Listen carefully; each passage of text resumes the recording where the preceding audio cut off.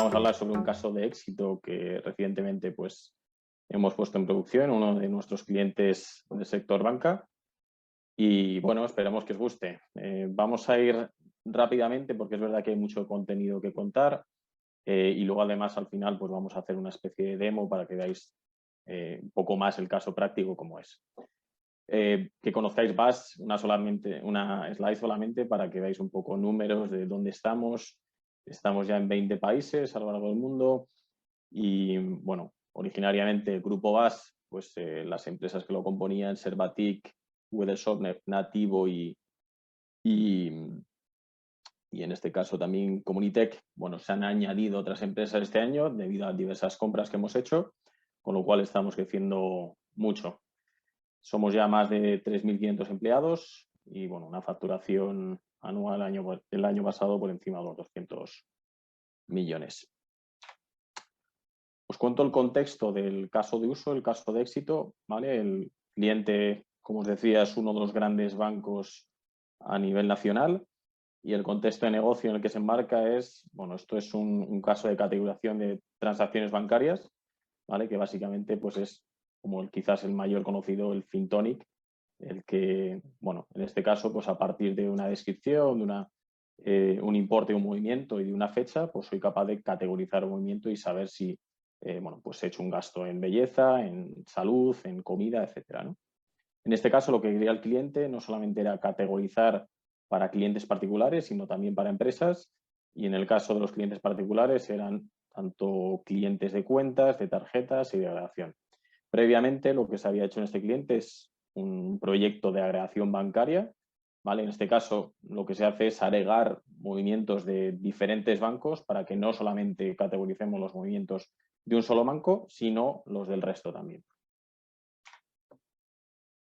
A nivel tecnológico, también para que nos ubiquemos un poco con qué trabajábamos, bueno, es importante destacar que prácticamente el proyecto como tal, desde la parte analítica, se hacía dentro del Data Lake que ellos tienen, que es un Big Data Appliance que embebe por debajo un Cloudera.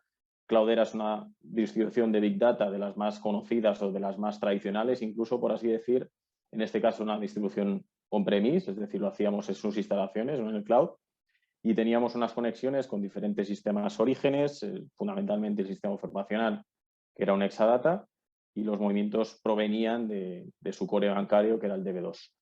Tras hacer la categorización, pues estos movimientos se exponían bien a través de servicios API o bien se devolvían al propio, digamos, core bancario para que en las diversas aplicaciones que hubiera, pues pudiese mostrar el movimiento categorizado ya al cliente. ¿Cómo lo hicimos? Pues vamos a contar un poquito cuáles son las piezas del proyecto, que se vea un poco el journey de cómo lo hicimos y luego al final, como os decía también al principio, veremos una demo también para que podáis palpar un poco lo que es el proceso de categorización. Estas 5 son las piezas, digamos, fundamentales, porque hay muchas más, ¿no? Es muy fácil decir que un proyecto tan complejo como este se resume en 5 piezas, pero es verdad que sí que son las más importantes y son las que al final, pues digamos, tienen más valor a la hora de realizar este proceso de categorización. Las vamos a ir comentando a lo largo de la presentación, con lo cual no me voy a detener mucho aquí, simplemente comentar que había primero de nada una parte de precategorizar, ¿vale? Como cualquier proyecto de Machine Learning, porque en este caso estamos hablando de un proyecto de Big Data, pero que a su vez estamos haciendo una parte de Machine Learning, de inteligencia artificial, ¿no? Hablamos de Big Data porque estamos tratando con muchos datos. En concreto, pues el primer entrenamiento de nuestro categorizador pues eran aproximadamente 35 millones de movimientos y luego pues esto lógicamente iba incrementándose día a día hasta que, bueno, estamos ahora con unos niveles de precisión de la categorización muy altos, pues gracias a que tenemos muchos movimientos de los cuales el modelo puede aprender. Decíamos que una primera fase es la de precategorizar y esto ahora contaremos el por qué es importante hacer una primera precategorización. Un procesador inteligente, una capa de embedding, que esto que puede sonar un poco raro para los que a lo mejor no conocen tanto del mundo de Machine Learning, es básicamente un espacio de conceptos donde se sitúan las palabras. ¿vale? Un motor neuronal llamado así a lo mejor a nombre comercial, pero básicamente no es nada más que un modelo de deep learning con diversas capas. Y la herramienta de categorización, que esto es sobre todo importante para la parte de mantenimiento de un modelo de machine learning que, como siempre, hay que mantener.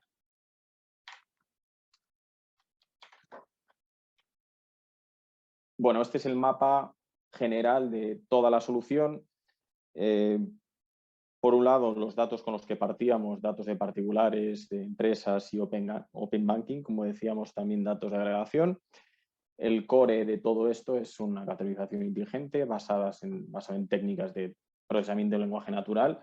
Procesamiento de lenguaje natural fundamentalmente porque estamos tratando con una descripción del movimiento, que son 5 o 7 palabras, que evidentemente hay que comprender y de hecho es, vamos, prácticamente donde la red pone más foco a la hora de predecir, ¿vale? En la red neuronal se fija en diferentes campos, pero el que más se fija con diferencias en la descripción.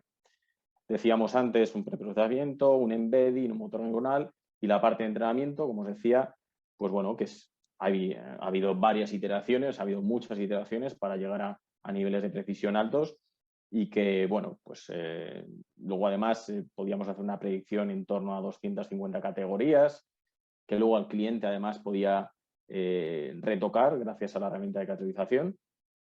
Y luego, por último, la parte de aprendizaje de la comunidad. Esto significa que, imaginaros un categorizador que bueno, pues que te propone una categoría, pero el usuario a lo mejor no está conforme, pues porque en vez de un gasto en una gasolinera, pues quizás considera que no ha hecho un gasto en una gasolinera, sino que ha sido a lo mejor la compra del pan, porque la ha podido hacer en la gasolinera, ¿no? Entonces, el hecho de que el usuario pueda interaccionar con la aplicación y que el modelo se pueda retroalimentar de esas interacciones que tiene el usuario, pues la capa que llamamos nosotros de aprendizaje de la comunidad, ¿no? Luego, por último, esto es, digamos, derivadas de este proyecto que se pueden hacer, pues lo que llamamos nosotros insights, ¿no? Cuando yo te conozco porque sé cómo gastas o sé cómo ingresas, pues puedo ofrecerte servicios, puedo incluso ofrecerte seguros, porque a lo mejor, o seguros de viaje, seguros de lo que sea, pues porque yo sé que según tus hábitos de consumo, pues gastas, digamos, tu dinero en este tipo de cosas, ¿no? Y es ahí la capa de soft y de Deep Insights que también estará a futuro. Lo mismo que veíamos anteriormente, esta es, digamos, la foto más de arquitectura funcional. Y, digamos, el orden, digamos, desde que el dato es recogido, imaginaros una transacción como pueda ser, pues compra en el McDonald's, ¿vale? Pues la compra en el McDonald's, eso hay que preprocesarlo, es decir, hay que primero precategorizar en base a lo que nosotros llamamos un corpus, ¿vale? Ya con datos etiquetados. Nosotros nos valimos de un categorizador, en este caso era de un servicio de Eurobits, que es una compañía especialista en categorización, pero que te llegaba a unos niveles de precisión que no eran del todo elevados, ¿no? Y es por ello que a través de Eurobits y luego con ese motor neuronal, pues fuimos capaces de mejorar mucho esa precisión, ¿no? El preprocesador inteligente, como decíamos también, pues es una parte que te limpia los movimientos, las descripciones de los movimientos, pero no solamente eso, sino también las fechas o los importes para escalarlos, ¿vale? Y que luego eso, pues, cuando pueda ser embebido en la propia red neuronal, pues sea mucho más fácil de entender para el modelo predictivo. El embedding, que también me voy a saltar ahora porque lo vais a ver luego, de hecho, en una demo. El motor neuronal, que básicamente es una serie de capas que al final tú le das una entrada y lo que es capaz de hacer es predecir una salida, que esta salida es bueno, pues, una categoría, y la herramienta de categorización, que lo que permite es mantener el modelo. Una por una, esto es lo que os comentaba, nos basamos en Eurobits, que nos daba ya una categorización.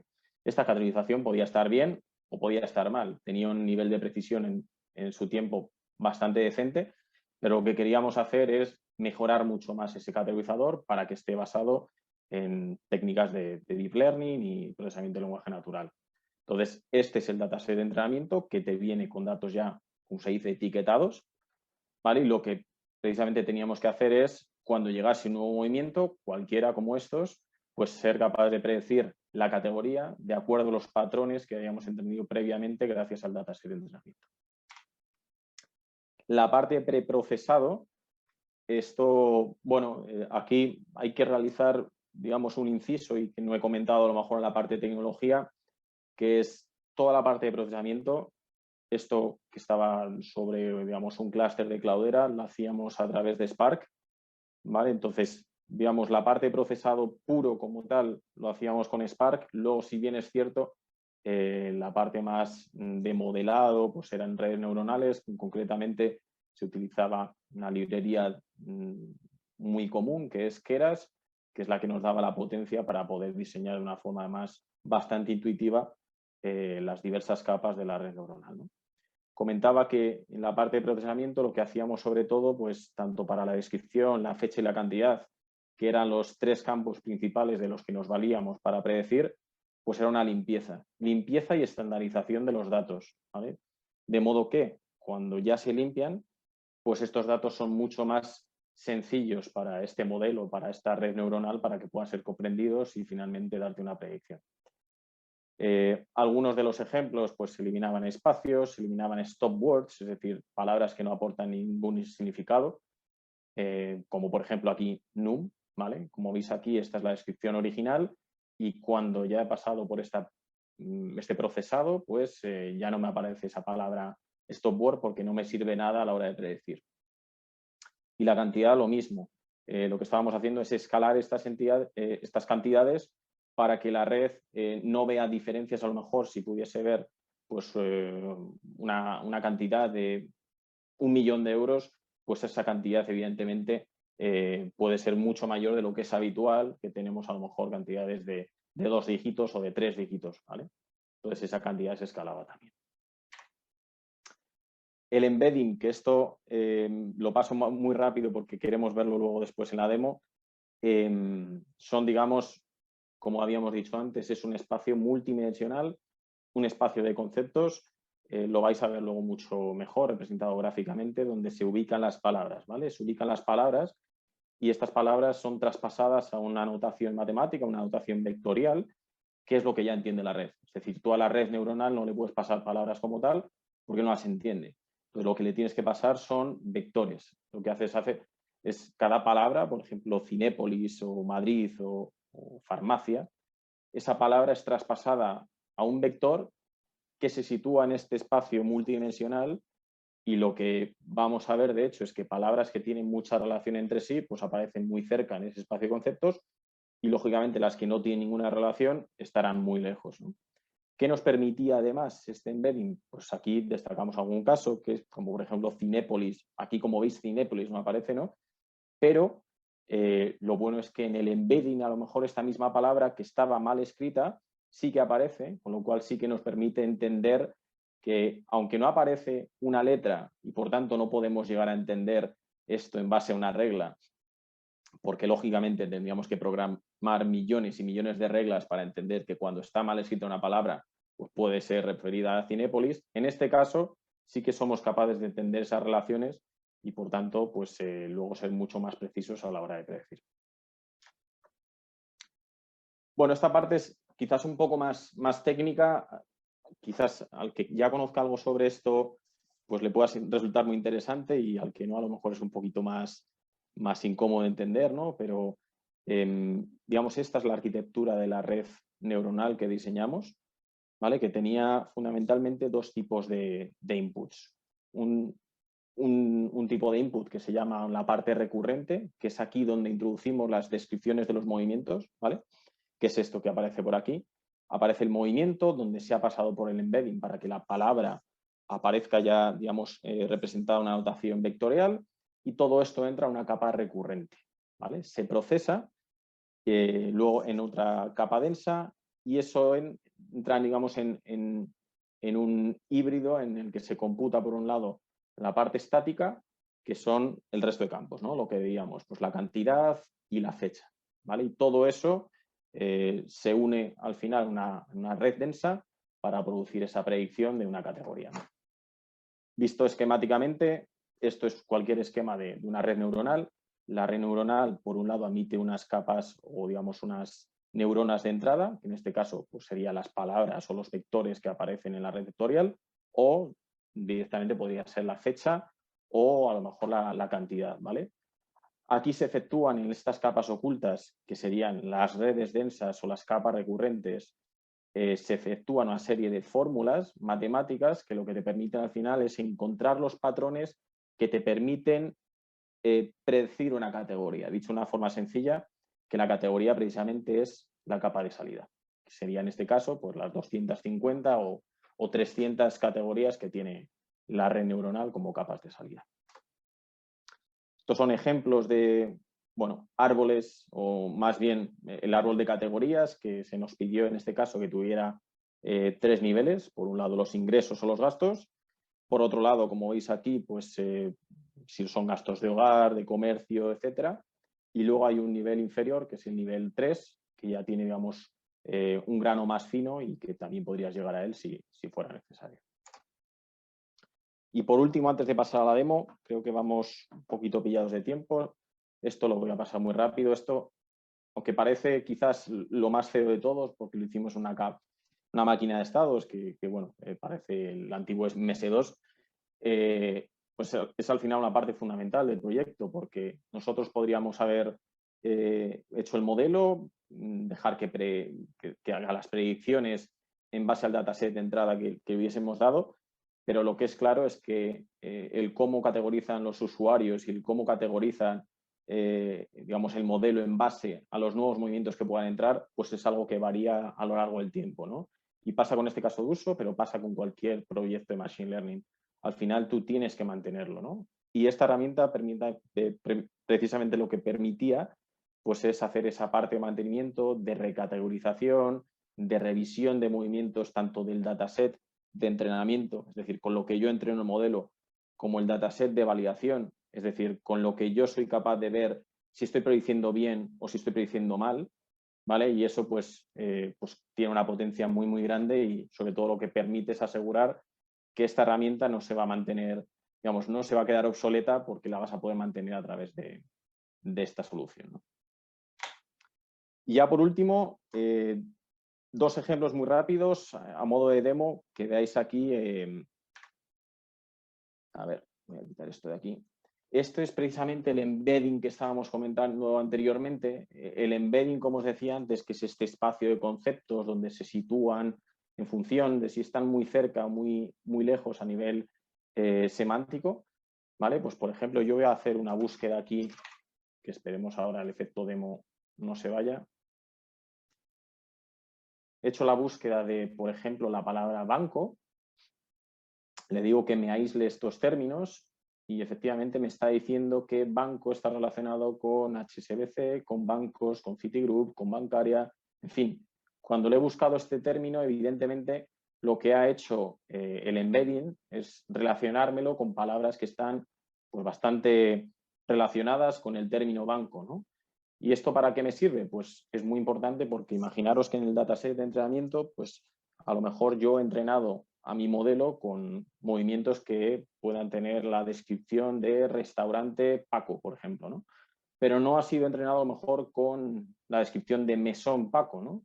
Sin embargo, nosotros sabemos, gracias a este embedding, de que restaurante y mesón, probablemente si yo buscase aquí restaurante, pues podría aparecer mesón, ¿no? Y lo que quiero decir es que viene muy bien porque así no tienes que tener un dataset de entrenamiento gigantesco, que evidentemente cuando más grande sea mucho mejor, pero el embedding lo que te permite es ver aquellas relaciones de palabras que a lo mejor no puedes tener en un espacio de conceptos o en un dataset de entrenamiento que pueda ser evidentemente infinito, ¿no? Esto por un lado, y ya para terminar, pues pasamos a la parte del categorizador. Esto es un ejemplo, no es ni mucho menos el categorizador de este banco, pero aquí podríamos poner, pues, por ejemplo, la descripción de compra en Mercadona. Le podemos decir que esta transacción fue realizada, vamos a decir que fue algún día de estos, el día 1 de marzo, y que la cantidad de esta compra fueron 120 euros, por ejemplo. Y cuando lanzo la predicción, lo que está haciendo aquí es la red, que ya ha sido entrenada. Esto no es un entrenamiento en tiempo real, sino que ya está entrenada en base a unos datos de entrenamiento, pues está haciendo una predicción en base a los patrones que le entiende, pues de la descripción y de la fecha del importe, que en este momento me está diciendo que se corresponde con hipermercados y supermercados como categoría de grano más fino, y de grano un poco más grueso sería la categoría de comercio, tiendas y servicios profesionales.